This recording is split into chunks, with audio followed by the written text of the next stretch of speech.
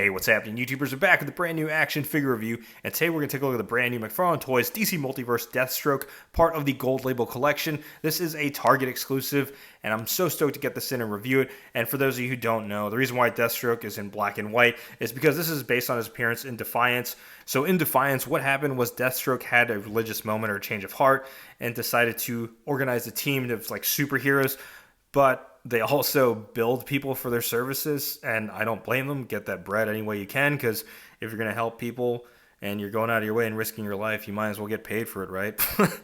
That's enough about all that. Let's get started with the box art first. So it's your standard McFarlane Toys DC Multiverse box, except it has the Gold Label collection sticker on the top left-hand corner, and then on the side has the DC Multiverse logo on the top, Deathstroke in the middle, based on his appearance in Defiance, and the McFarlane Toys logo on the bottom. Now on the back, it has the full image artwork of Deathstroke based on his appearance in Defiance, which looks awesome. That's enough about all the box art and stuff like that. Let's go and get him out of the box. All right, here's Deathstroke out of the box. Let's take a look at his accessories first. So he comes with a DC base plate that you see with all McFarlane Toys figures. And don't worry, I'm not going to chuck it this time. I do want to take a second, just, sometimes I joke around and just toss it. It is still cool that they include these with their figures. Then he does come with one weapon accessory. He comes with a bow staff, and it's nicely detailed and sculpted, as you can see in here. There's different textures all throughout the bow staff. And someone correct me in the comments below, did he ever use the bow staff while he was rocking the Defiance look? I don't remember. Correct me in the comments below if he has. Then, of course, just like all DC Multiverse figures from McFarlane Toys, he comes with a trading card, and on the back is a data file on Deathstroke. Feel free to pause it if you want to go ahead and read it. All right, now let's take a look at the figure itself. And before I move forward, I do want to point out this figure is essentially just a reuse of the Rebirth figure with just one minor change, or a couple. Basically, it has the same utilization on this body except for the torso. This is the part where it's different. As you can see, if you're looking closely, this one has a textured pattern here in the midsection, whereas this one doesn't. And then, of course, this one has the cape and the shoulder pads. Other than that, everything else is virtually the same in terms of the body sculpt. All right, after getting that out of the way, let's take a look at the head sculpt first. And it is the same exact head sculpt as the one on the Rebirth, just painted in black and white. And I still like the look for it. I think it looks great. Nice attention to detail. Now, when taking a look at the rest of the figure, I think the paint application was applied nicely throughout the rest of the suit. I do like the shiny silver metallic on his legs right there. The black looks good as well. And the thing I like about this figure is the cape. You can see the cloak right here and the windswept cape. Now, here's the thing.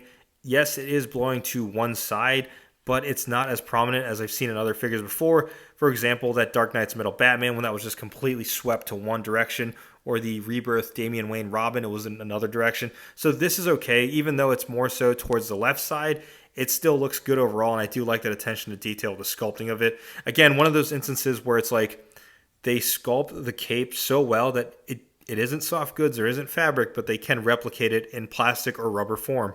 The only weak point about this figure is the logo on his chest, and I don't know if I really want to call it a weak point, just because it is kind of hard to get that level of attention to detail on a 1/10 scale figure, but when comparing it to the source material, you can see the Deathstroke logo right there.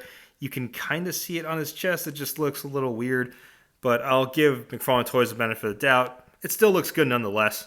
I'm not going to get too much into articulation, just because, as I mentioned earlier, this is the exact same buck as the Rebirth Deathstroke, which I love the articulation on here, so it's going to be the same for this. The only thing I'll mention, though, is there's some parts that will hinder articulation. Obviously, the cape and the shoulder pads will hinder it a little bit, unlike it did on the Rebirth one.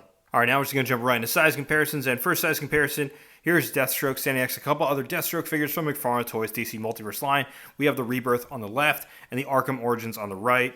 And next size comparison, here's Deathstroke standing next to the Batman 3 Jokers Batman and Grifter. It's still surreal to me to see that we have a Grifter figure in the DC Multiverse line, because this originally started out in Image Comics, but now that Image Comics, this was like Jim Lee's property, it's moved over to DC line. Now we have them in DC Multiverse form, so that's pretty cool. And also shout out to my friend for picking me up this figure at Target.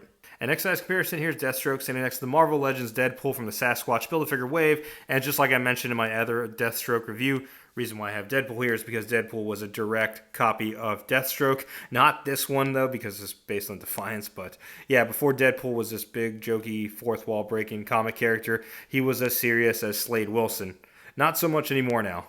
And last size comparison and a random ass size comparison, but still keeping it with the McFarlane Toys brand. Here he is next to a couple of My Hero Academia figures. We have Deku, not Todoroki, and Ochako. I shit in heart.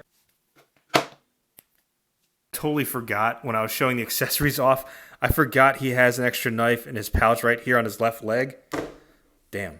Shit was hard to take out. But it's the same knife you saw in the other Deathstroke figure, but I totally forgot it was already packaged in the pouch. So, yeah, there's another accessory. All right, some overall thoughts on the figures. I really like it. It's a good reuse of that DC Rebirth Deathstroke that we got. And spoilers alert, that's one of my favorite figures this year from McFarlane Toys DC Multiverse line. It's definitely up there in the top 10 list. So this is a good reuse of that, but giving us a different iteration of Deathstroke. They could have easily just given us the same color palette, same scheme, just a different head sculpt and different accessory, but they didn't. They gave us a different version of Deathstroke, which I think came out well. This is supposed to be based on his appearance in Defiance, and I think they knocked it out of the park, especially that cape. The more I see it on this spinning base plate, the more I start to appreciate it even more. This is easily one of their best sculpted capes, in my opinion. But let me know what you think in the comments below, YouTubers. What do you think about this figure? Are you going to be picking it up? And like always, if you like what you see, be sure to hit that like button. If you haven't already subscribed to the channel, go ahead and subscribe. Thanks for watching.